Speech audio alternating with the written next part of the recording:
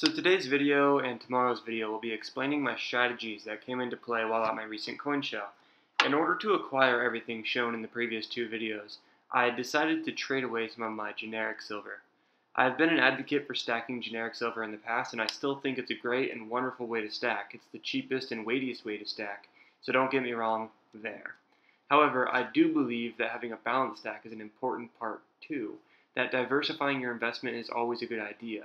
I noticed that the generic side of my stack was heavily outweighing the rest, so I decided to do some repositioning and rebalancing of my precious metals portfolio.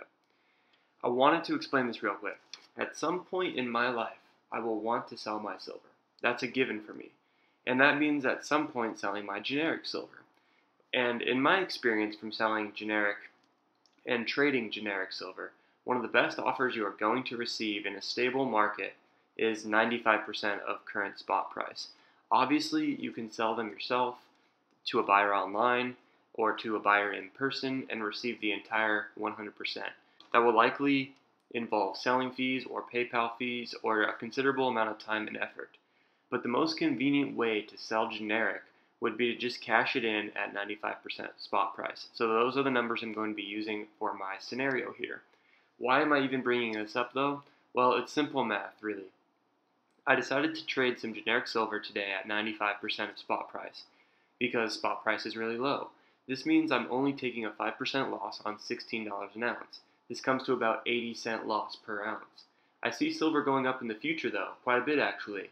And in the future, say silver hits $20 an ounce, a loss of $1 per ounce will be experienced with the 95% sale. Let me put it this way. 5% of 20 is much higher than 5% of 16. And the margin of loss becomes much greater as spot price continues to increase. I also want to be clear on the initial purchase price of the silver does not matter when exploring this method of rationale because all of the trade is going back into silver, meaning the trade is happening with a dollar value in mind, but in the form of swapping ounces for ounces or swapping ounces for premium potential. I decided to trade some of my generic silver at the coin show for a higher premium silver. This way, I'll still reap the benefits of an increase in spot price and an increase in metal demands, but I wanted to lessen the blow that I will take if I sell or trade when silver is at a higher spot price.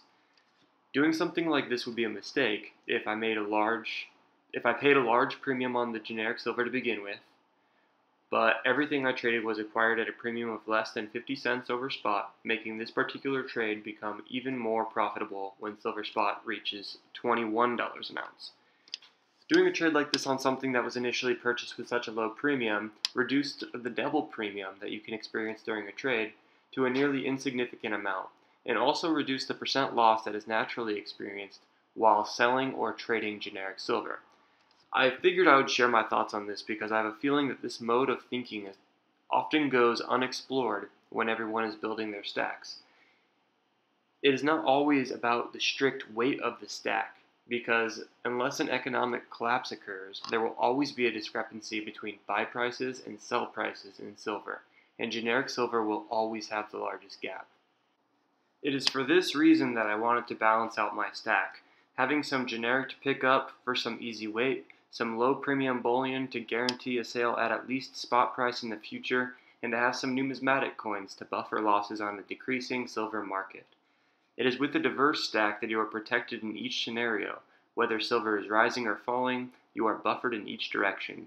This approach is a much more conservative way of investing. It is more fun, in my opinion, to get a little bit of everything, and it's a way to keep all of your eggs in different baskets just in case things don't go your way. Think about how you are going to exit your precious metal stack, if and when you need to. Thanks for watching, guys. Let me know your opinions below. Thanks, guys.